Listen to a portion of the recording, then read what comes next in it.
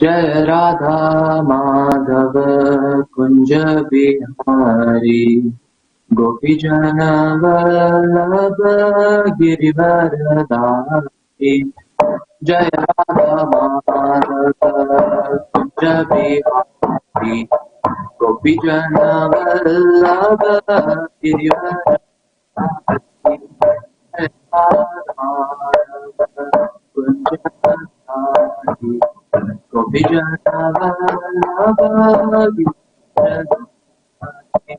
जय राधा माधव गिरि गोपी जन वल्लभ गिरिवरधारी यशोदानंदन व्रज जन रंजन यशोदानंदन व्रज जन रंजन अमुना तिरवन चारि अमुना तिरवन चारि जय राधा गोपी जन वल्लभ गिरिवरधारी जय राधा गोपी जन वल्लभ गिरिवरधारी हरे कृष्णा हरे कृष्णा कृष्ण कृष्ण हरे हरे हरे राम हरे राम राम हरे हरे कृष्णा हरे कृष्णा कृष्ण कृष्ण हरे हरे हरे राम हरे राम राम राम हरे हरे हरे कृष्ण कृष्ण कृष्ण हरे हरे हरे राम हरे राम राम राम हरे हरे कृष्ण कृष्ण कृष्ण हरे हरे हरे हरे कृष्ण हरे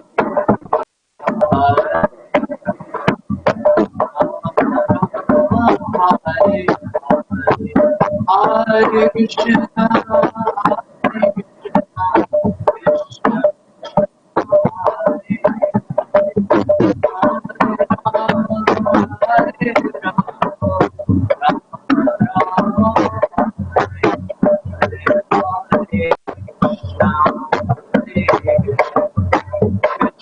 कृष्ण हरे हरे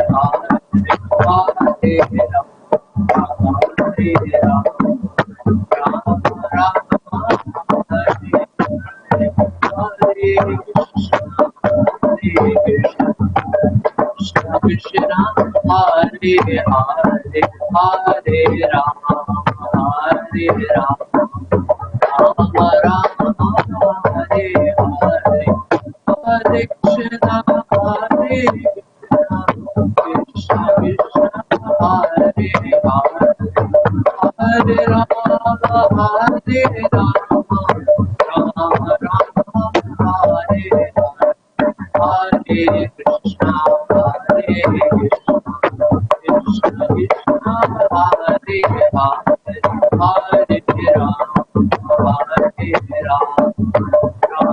राम राम राम हरे राधा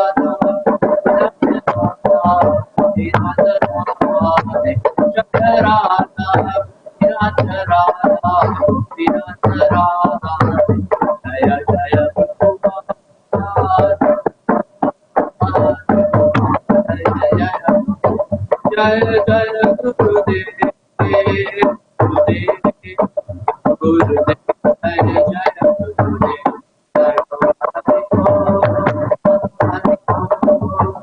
हरि बोल हरि बोल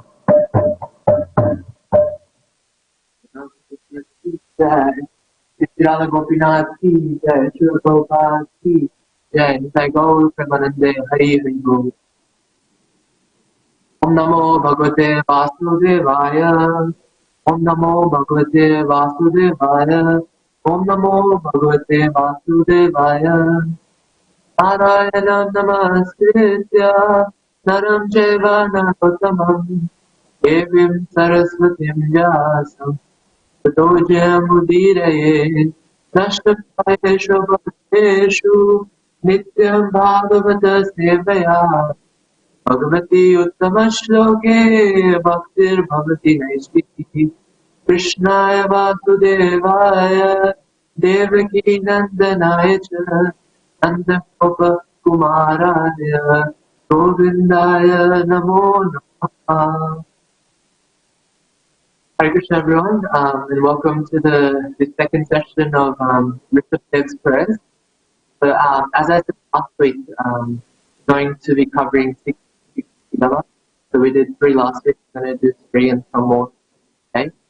So of course the Rishabdev prayers are very broad and very, the Rishabdev's teachings to his son are very long. So we only have 2 hours, so I might not be able to cover everything. So I'll do my best to cover everything.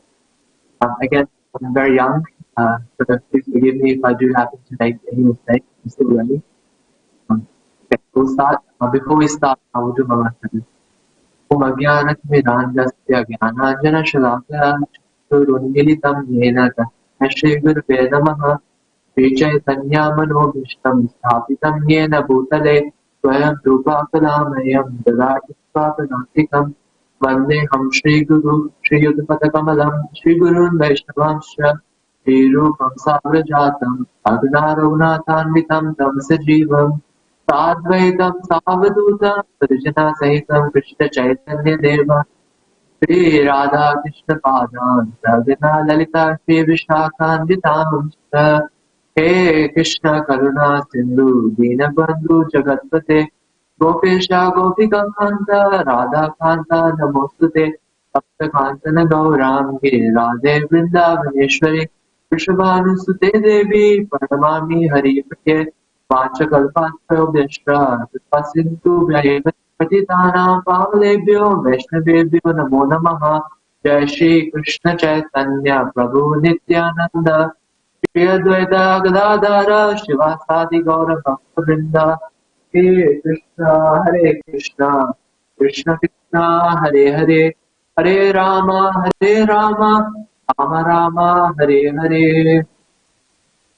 उतेर्महद्विर्यहिमा पुरो विभु निर्मायशेते यदमोषु पुरुषः त्वमेकदांशो दशशोदशात्मका संशिष्टा भगवान् वचांसि मे श्रीकृष्ण शरणं शरणागतम् अमृतं सततपिबतम् भक्ति वेदान्त मार्गपन्थनम् सर्वलोक ऋषिदेव जन्म प्रसन्नम् सर्वलोक ऋषिदेव जन्म प्रसन्नम्. Okay, so Hare Krishna again. Welcome everyone. So we'll start. So we went through 3 teachings last week of Rishabdev, and the 3 were that purity leads to fearlessness, that transcendental knowledge is the heart, and that austerity leads to wisdom. So today we'll be going through the other 3, which is that respect austerity in everyone. Austerity pleases, and the last one, don't ignore voluntary austerity. So I feel like these 3 are very applicable to our lives, these 3 teachings, and hopefully we can extract some nectar out of these beautiful teachings. So if one is pure and lives his life with purity, the confidence of not doing anything wrong leads to the fearlessness which Dave is implying. So if one continues with devotional service to the best of his ability, thus that fearlessness is created in the heart. You have that confidence that what you're doing is on the right track because you feel the changes. So the uncertainty of the future keeps many of us in a perpetual fear. The world is so unpredictable. We don't know what is going to happen in the next moment. So, for example, a health crisis, coronavirus. No one was expecting this to happen. Financial collapse, joblessness, if someone dies in the family, these things can happen at any moment in time. So most of us, we worry about things that have never happened to us or will never happen. So the example or metaphor is given that fear is like a noose that every time it gets tighter and tighter until a person is strangled to death. So there was once an Indian philosopher and poet. His name was Dr. Hari, and he explained 9 types of fears in a very, very beautiful verse. And he says that in enjoyment there is a fear of disease, which is true. When we are having a life, we're living our life to the best of our ability, and we feel like everything is going right. There's always a fear. What if I get sick? In another form, a disease, in a form of, let's say, a virus or something happens where our life is permanently affected, and that is also a disease. So, secondly, in a family, there is a fear of disgrace. So, I'll give a classic example of children who are in high school right now doing the HP. That they they don't want to um, for their family. So, for example, we see kids nowadays tutoring very hard, studying very hard. And when you ask them why are you doing all this stuff, why are you studying so hard, who's it for? The main answer they'll give is for my family. That I can get that university degree, I can get that TAFE course, I can get that job, and then eventually I can just.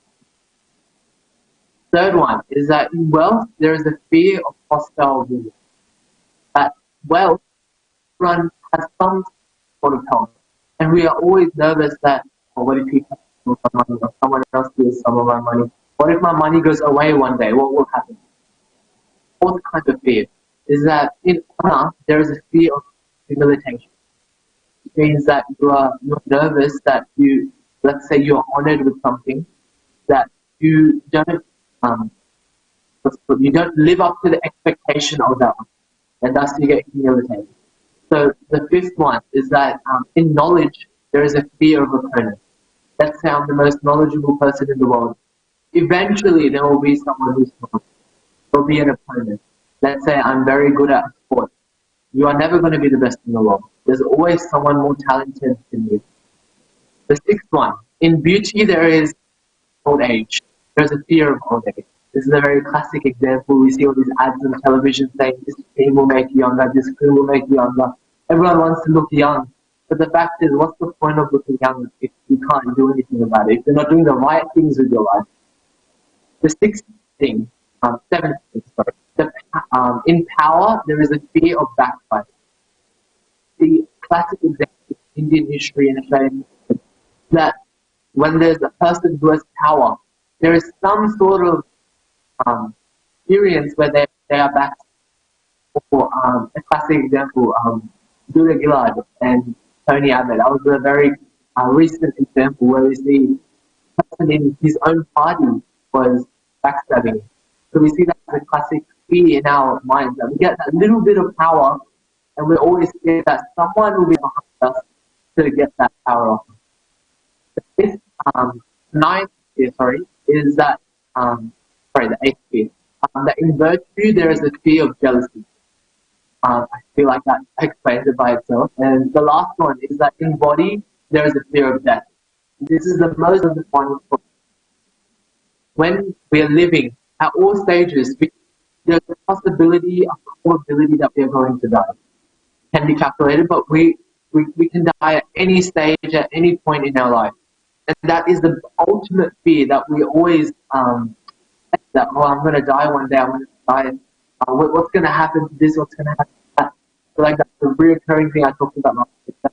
We're always nervous for other people, thinking about what other people would think if this happened, or what would other people do if this happened. So I talked about retirement last week, how what would other people think if retire and live a religious, live a life full of devotional service. What would my family think? What would people, my friends, what would they think about? So all these things in this world, it's basically a man is tended to by fear. That the only thing that stands alone is renunciation. Renunciation alone stands for fearless. Thus, purity leads to renunciation, and that leads to fearlessness. So in the list that I just mentioned, death is the most frightening because it can happen.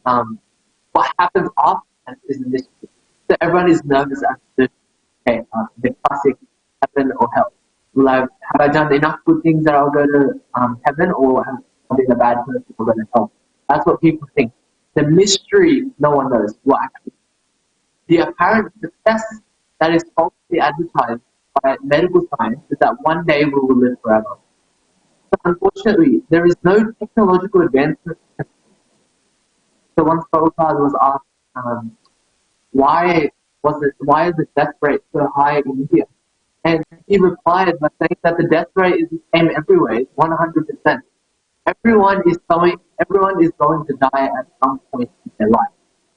It's just that at what point in life, that is the thing. So we see how Prabhupada cleverly answered this question that the death rate is 100%. It's just the timing of the death. So he gives an example in Bhagavatam 22.37.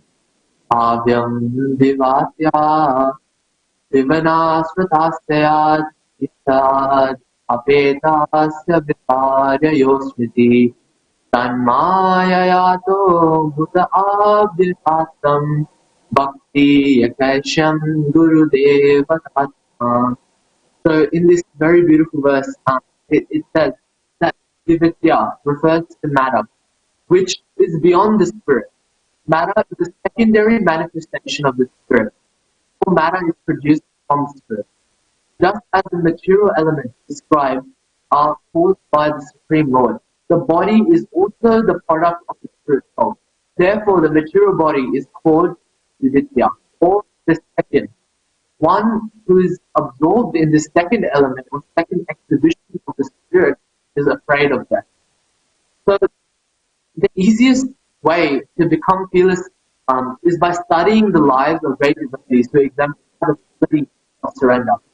A classic example of this is Srila Prabhupada. Srila Prabhupada, at the ripe age of 59, went to the West to preach the message of the Lord Chaitanya Mahaprabhu.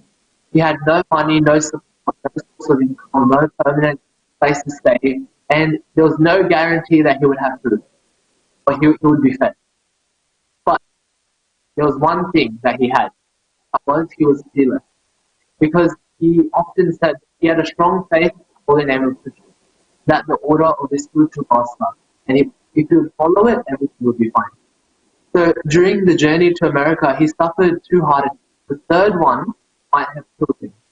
On the night of the second heart attack, Srila Prabhupada dreamed that he saw the Lord Krishna rowing a boat and asking him not to be afraid.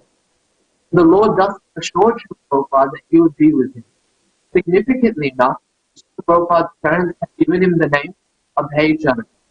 So that means one who is fearless, one who has taken shelter at Krishna's feet. So Prabhupada earned that name out of passion. He shared Krishna's sublime message of the Bhagavad Gita and transformed millions of people's lives around the world. And all because of his books that are distributed everywhere. So in a purport in 3.21.31, Srila Prabhupada writes, to award fearlessness to the common man is the greatest act of justice. At various places in his writing, Srila Prabhupada teaches how to remain fearless. So here are a few things. 4 main things that we should really accept in our lives in order to have that fearless mentality. So the first one is to chant Krishna's holy name, which is a very classic example. So in Srimad Bhagavatam 2.1.7, it is said that etan nirvidyayanam ichyatam yoginam nirnitam hare na namukapetam. It says, O King, constantly chanting the holy name of the Lord after the ways of the great authority is the doubtless and fearless way of success for all, including those who are free from all material desires, those who are desirous of all material enjoyment, and all all and also those who are self-satisfied by dint of transcendental knowledge. So Lord Chaitanya Mahaprabhu and Srila Prabhupada have taught us that to chant the Hare Krishna Maha, which is the holy name, the holy mantra. So that's one way that they conquer fear. The second one is to read Srimad Bhagavatam. And in Bhagavatam in 1.77 it says, Yasyam Ve Shriyamananam Krishne Parama Purushe Bhaktir Utpadyate Pumtaha Loka Moha Vapaha. That simply by giving oral reception to this basic literature, the feeling for loving devotional service to the Lord Krishna, the Supreme Personality of Godhead, sprouts up at once to extinguish the fire of lamentation, illusion, and fearfulness. That's beautifully written there. This is Bhagavatam 1.77. And Srila Prabhupada is situated morning and evening Bhagavatam classes at all one temples for the study of the Srimad Bhagavatam and Bhagavad Gita. And thus, so that we can all take this advantage if we less. That if we trust this process, that will some point in our life it would lead someone. The third thing is to meditate on Krishna's form. So in Bhagavatam 7:10-29 it says, Etad Bapus Bhagavan Nayasaha Paramatnaha Sarvato Bhoktir Sanjatan Vrityor Api Jignasataha. That, my dear Lord, O Supreme Personality of Godhead, you are the Supreme Soul.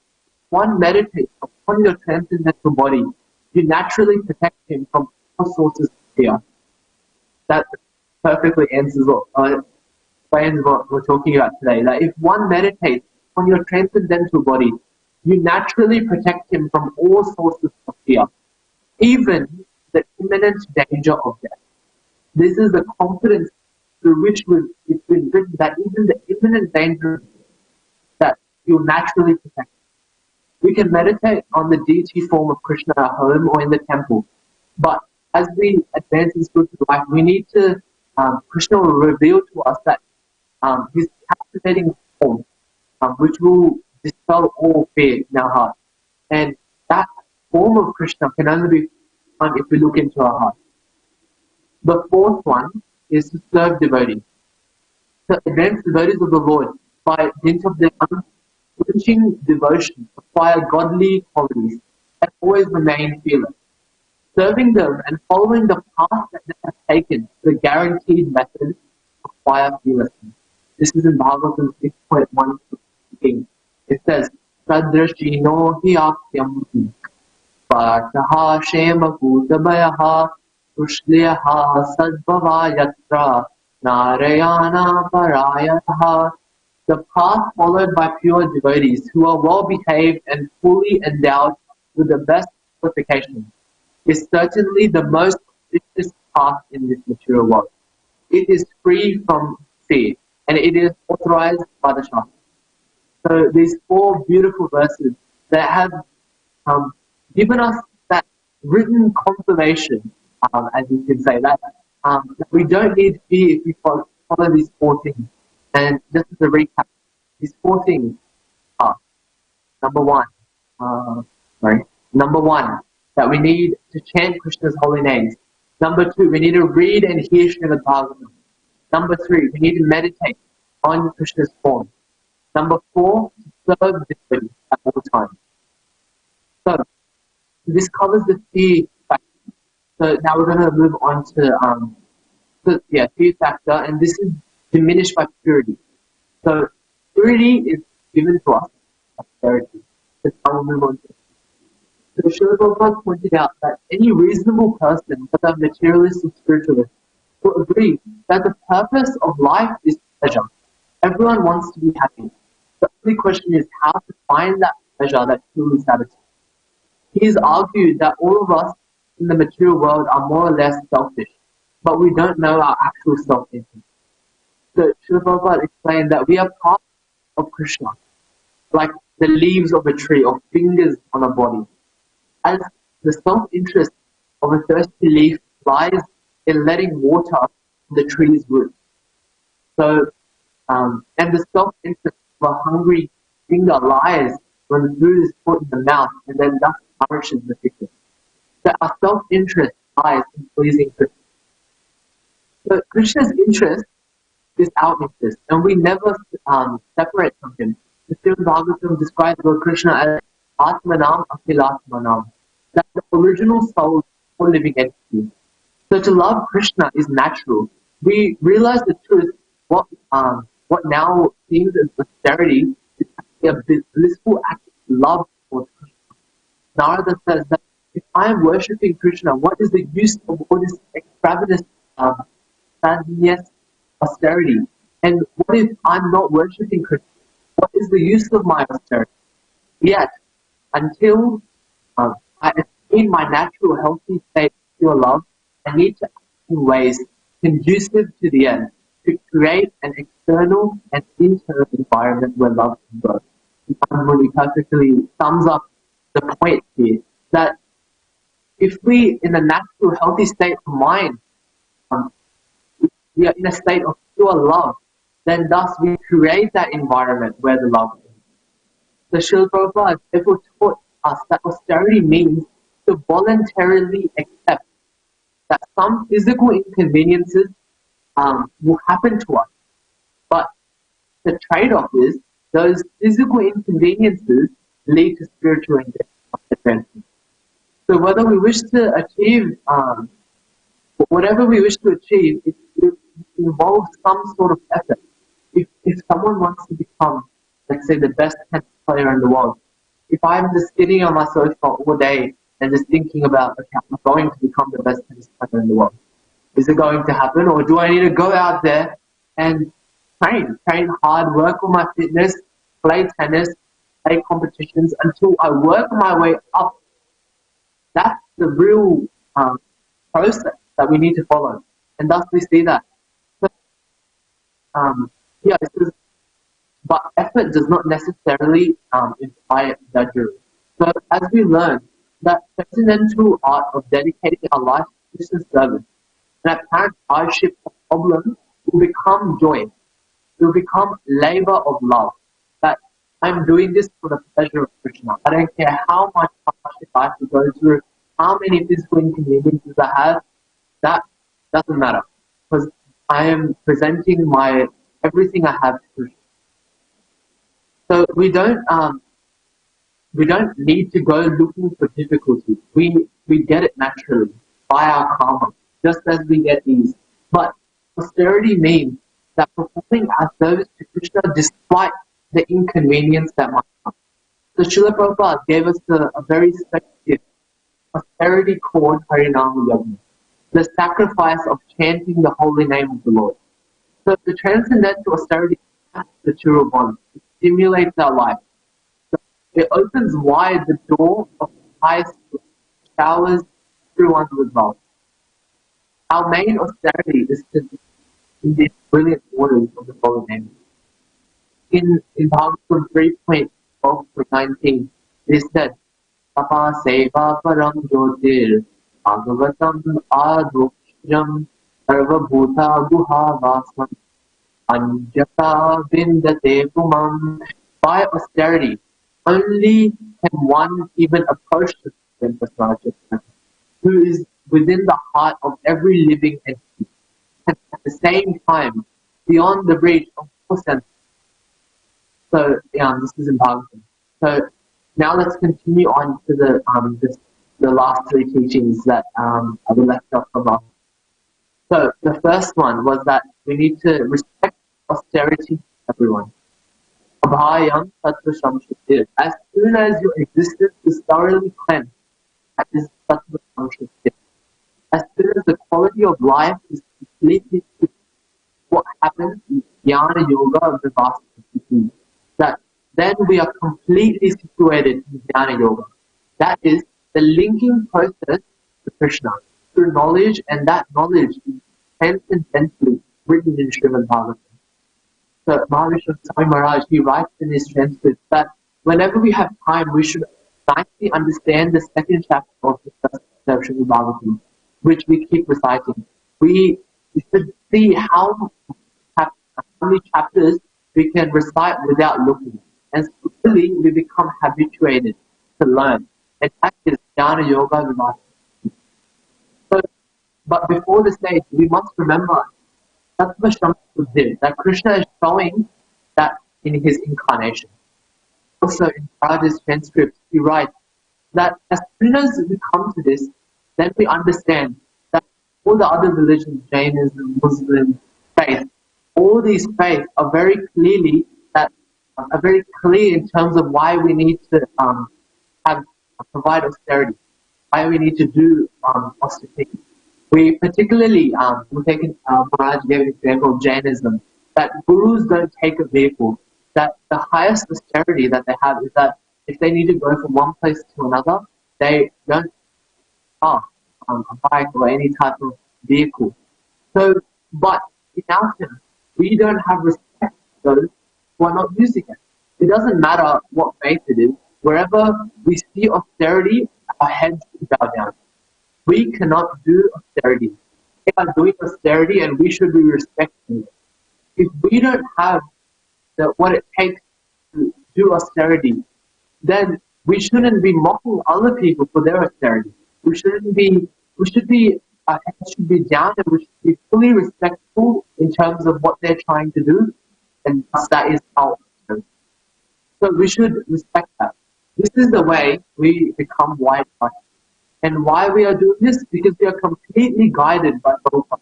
And this is the way that we look at it. So Maharaj, these very beautiful examples. So, example of austerities.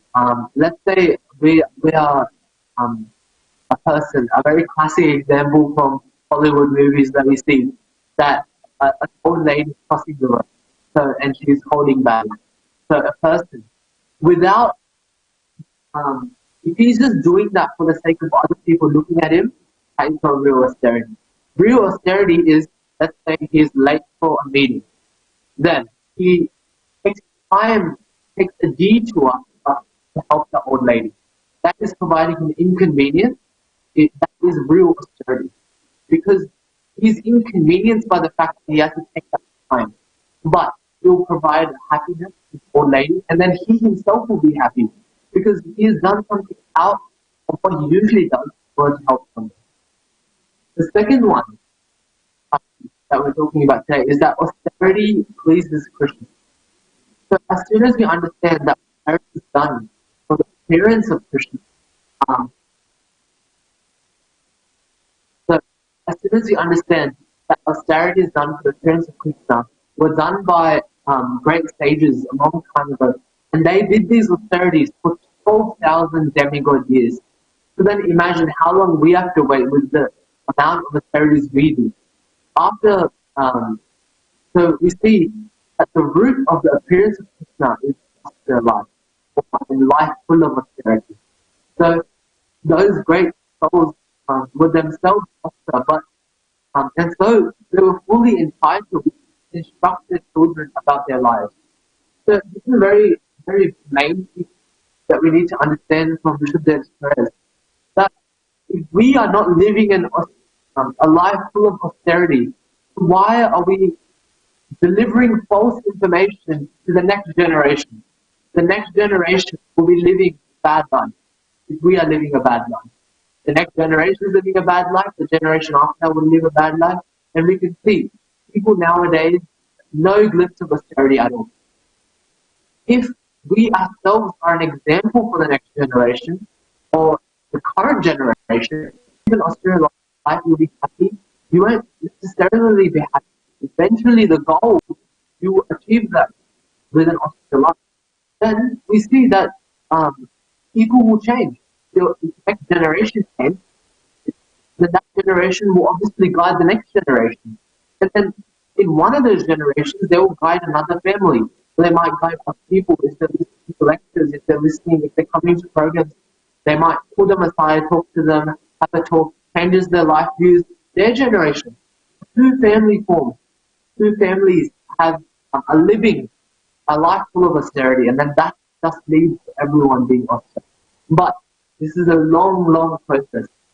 We need, in order for everyone to be living an austere life, our generation, our people, that your generation.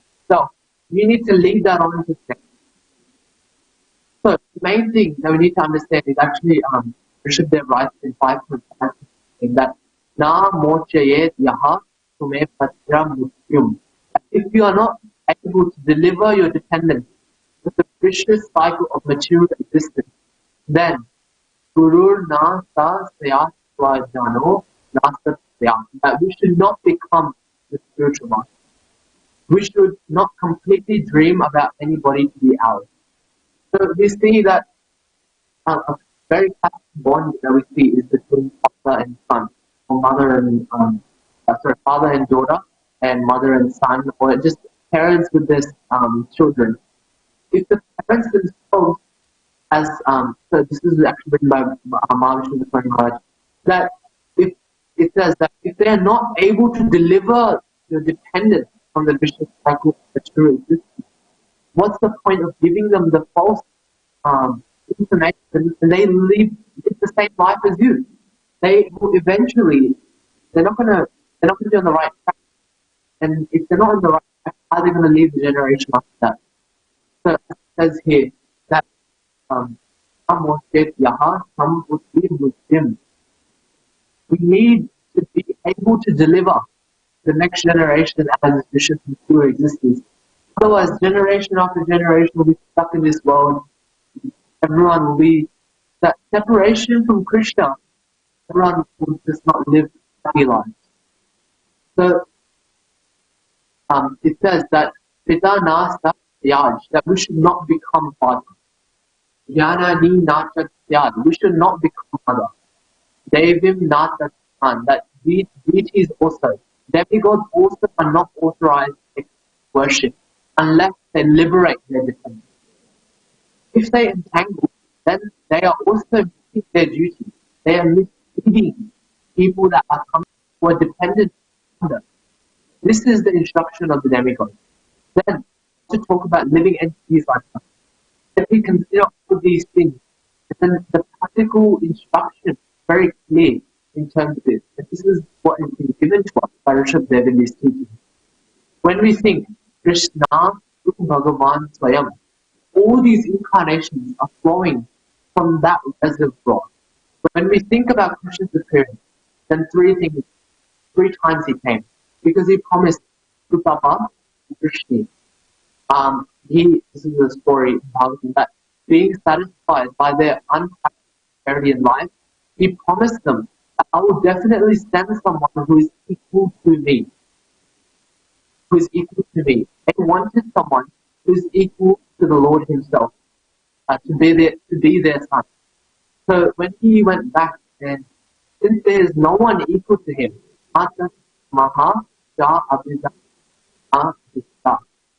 he repented. How can I correct this mistake? Because there is no one else equal to me. They were very upset. The thing is, as soon as we understood this finer thing in Papa and Krishna also, that we understand why Rishabdev is here, why he is instructing his children to be awesome.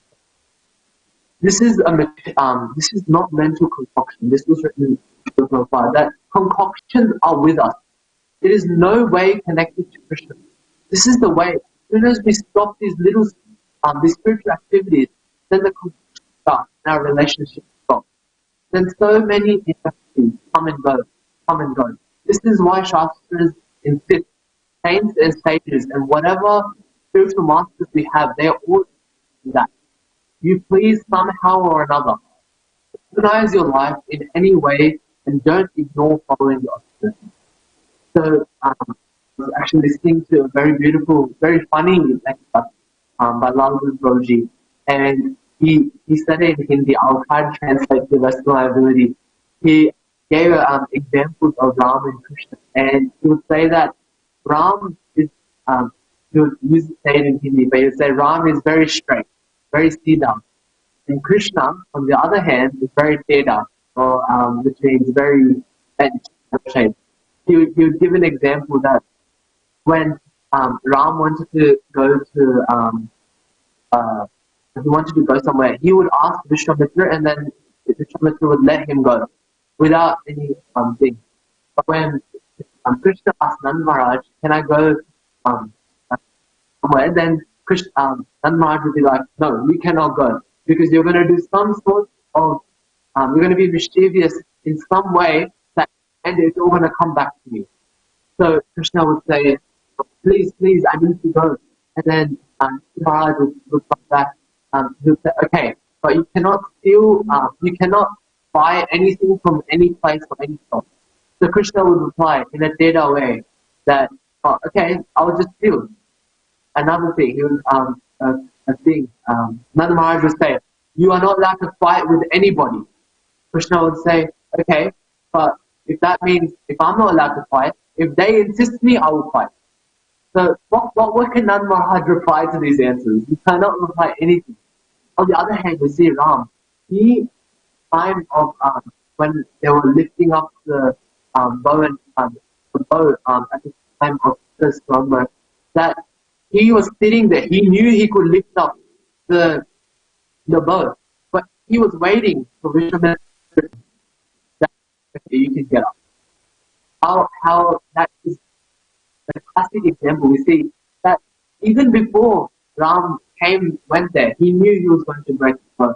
He knew he would be married to Sita, but he didn't get out of his position, even though Lakshman was very angry at the time when none of the other kings could lift it, the bow. So Lakshman was very angry, and Ram just sat there peacefully, quietly, because Vishwamitra hadn't told him to say anything or get up.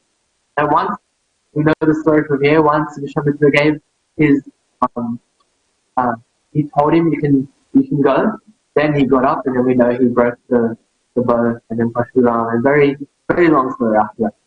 So the next one that we're going to talk about is that we shouldn't ignore voluntary austerity. So we need to organize our life in such a way that we don't ignore voluntary austerity. Voluntary austerity means that our quality of life should be such that somebody else should be able to direct us in any other way. It shouldn't be rigid structure because that means we cannot fit in that voluntary. If the quality is degraded, then immediately it will be like poison. We should forsake such things and we should come to the right. So this is the main thing which is understood from Rishabdev's prayers. So another example, so Dhruv Maharaj, he performed austerities for 6 months in the forest. Slowly he stopped eating, he stopped breathing. And we can't copy these things in our modern age, but we should do the best of our ability. Whatever austerities we perform, we shouldn't be hesitant to do so. Nowadays, we say for example, we tell kids go let's say someone's at your house for dinner. We tell kids, can you go give food to the guests? First response will be no, you go do it. That nowadays, this new generation that is coming through, there is no form of austerity at all. They do not want to inconvenience people. We see examples of this when we see kids. We give them a chore to do. They don't do it at that stage because it's going to be inconvenient for them. They have to get up from their bed. Very tough to get up from their bed. They have to stop playing the video game that they've been playing for the last 4 hours. That's very tough as well. But it's not tough. This is what they've been grown up with.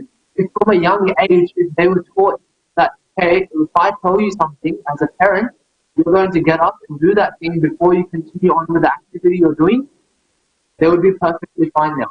But from a young age, we're like, yeah, take this, take this, do whatever you want, have fun.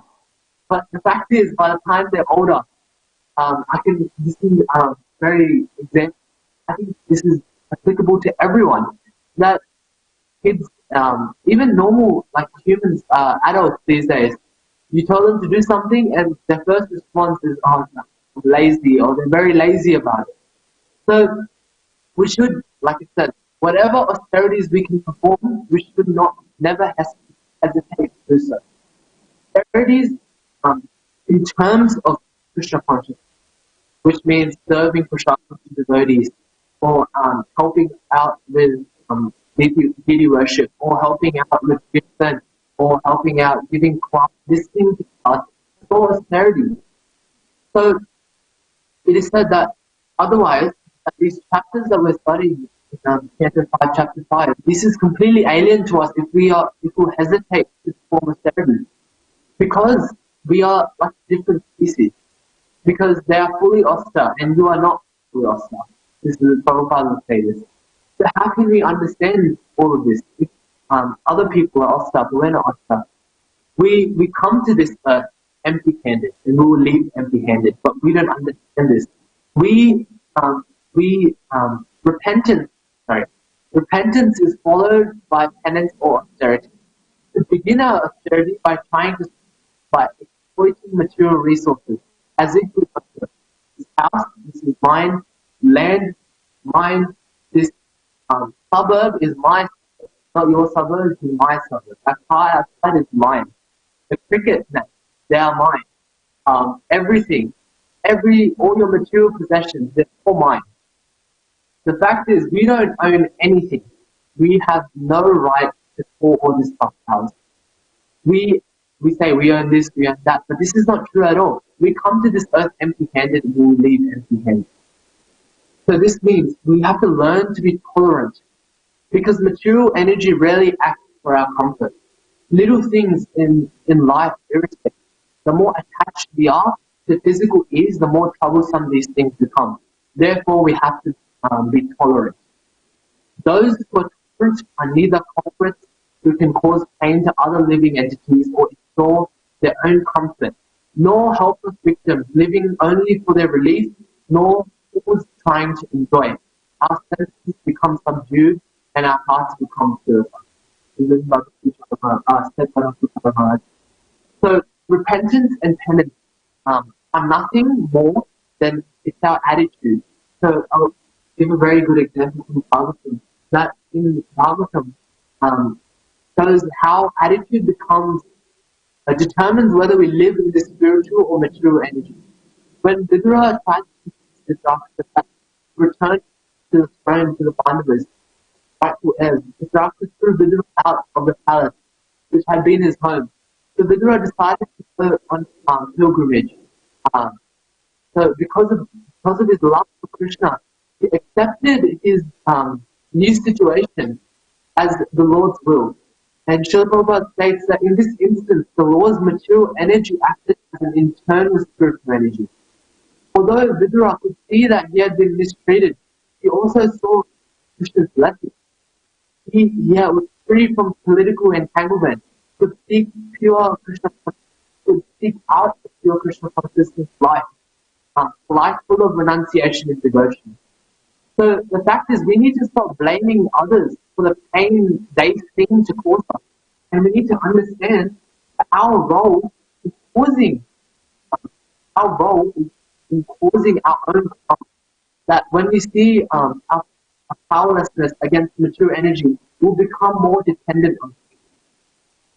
Then the material energy will become spiritual in our hands.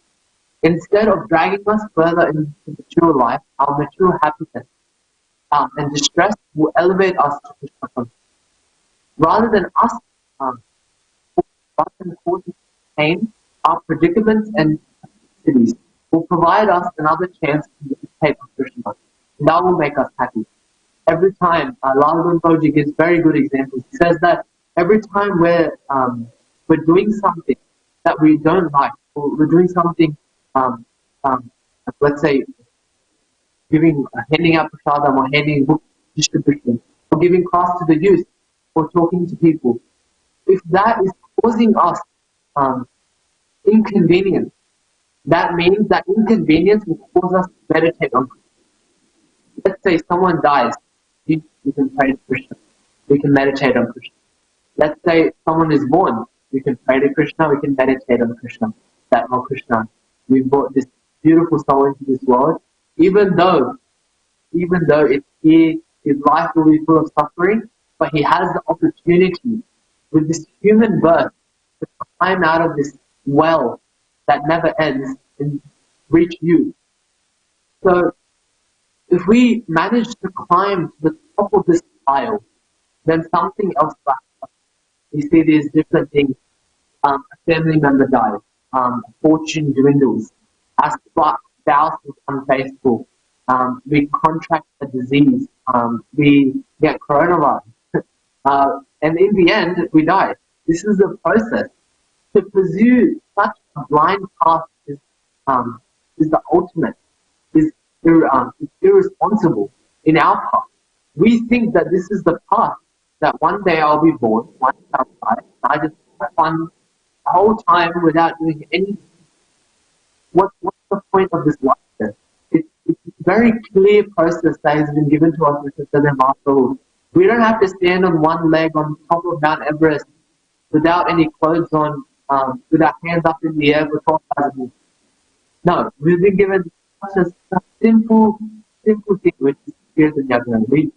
We chant Christian names, do our mala, do our devotional service to the best of our ability. We work our way up. People, I like the topic of sleep because it's very hard for me as well to wake up early in the morning. So what you do, let's say you wake up at 9, then next day, one whole week you wake up at 9. The next week you wake up at 8:30. Next week you wake up at 8 o'clock. Next week you wake up. Eventually you'll get to that stage where you can wake up at 4:30. It's very hard, but eventually if we practice, this is why we've been given this human birth, so that we practice and we our devotional service develops so that we can one day reach goal of knowledge. We see demigods desire to have human bodies. So you think of it like this is a very confusing point that demigods want to have human bodies. Why do they want to suffer? But the fact is, even demigods that have they're not in the position that we are. We are in the position to go all the way up to the full of knowledge. Demigods are not in that position. They are stuck where they are. That's why in one of the prayers I forgot to, but it was said that demigods desire to have a human body. And now that we have this human body, we are wasting our lives doing useless things. We see written in Bhagavatam everywhere, written in Bhagavad Gita, in all the scriptures, everything translated by Srila Prabhupada, so many books, everything given to us, and it's all that follow the process so that one day we reach the end goal. In Srila Bhagavatam 1.3.34, it says that if the illusory energy subsides and the living entity comes fully enriched with knowledge by the grace of the Lord, then he becomes at once enlightened and self-realized, and thus becomes situated in his own glory. We are the marginal potency of God. We can go either way.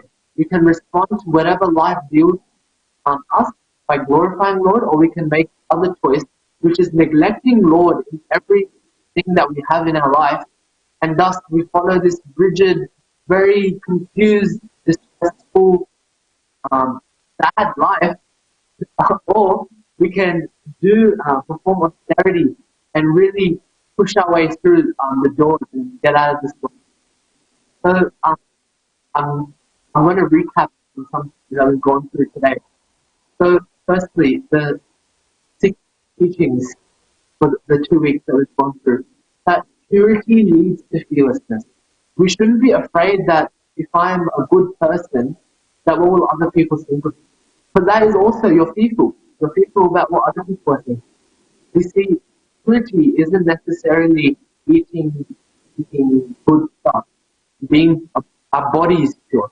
The fact is, we need to make our mind pure. It can only be done through devotional service. Devotional service, chanting Krishna's name, eating prasadam, so many things that I feel like repeated on and on and on.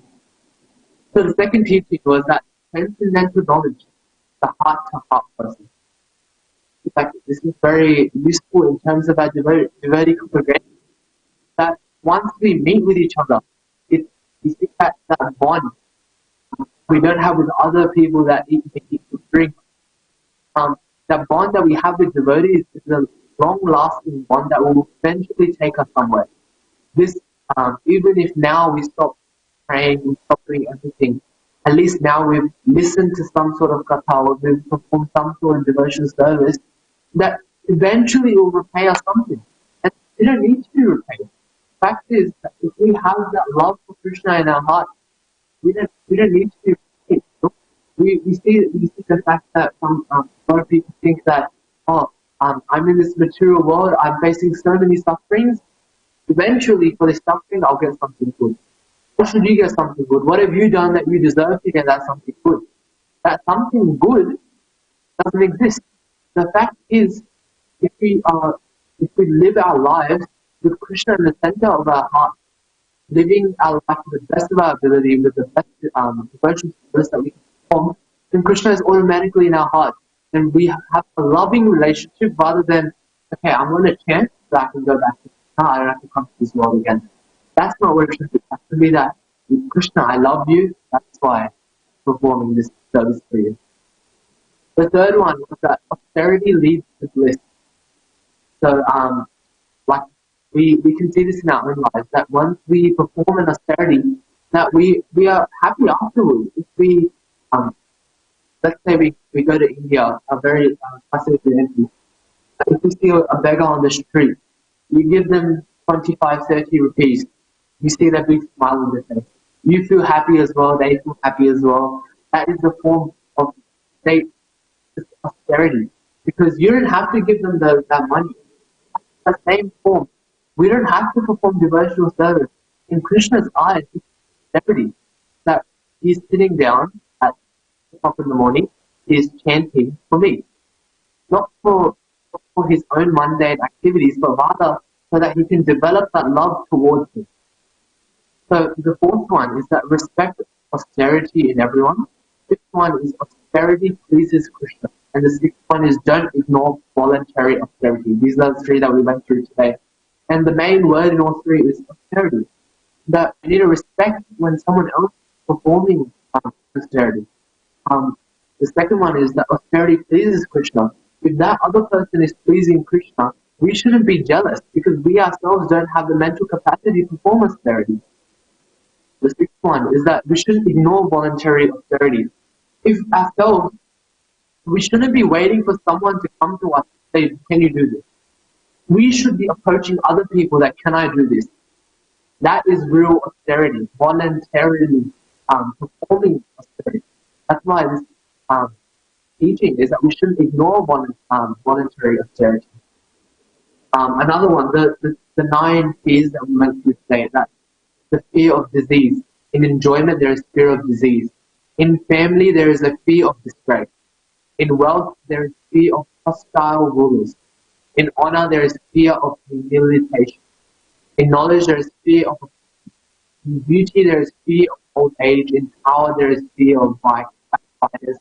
In virtue, there is fear of jealousy. And in this body, there is always, always, always going to be a fear. How do we conquer this fear, Prabhupada said? How to remain fearless? Chant Krishna's holy name. Secondly, read and hear Srimad Bhagavatam. Meditate on Krishna's form. And the last one is always serve devotees. We are on this earth for a limited time. Time is always running out. Time is not inevitable. It's not going to be lost forever. So we need to realize now, otherwise we'll continue this forever. So I'll finish up there. Thank you so much for listening to these past 2 weeks. I feel like I've just taught, I've just said only a drop of what is written in these beautiful teachings. 2 hours is obviously not enough. Hopefully you've gained something out of these 2 classes. Thank you everyone for listening. Srimad Bhagavatam ki, Srila Prabhupada ki, Sri Radha Gopinath ki, it's like, oh, Hari Hari Bol. Thank you everyone for listening.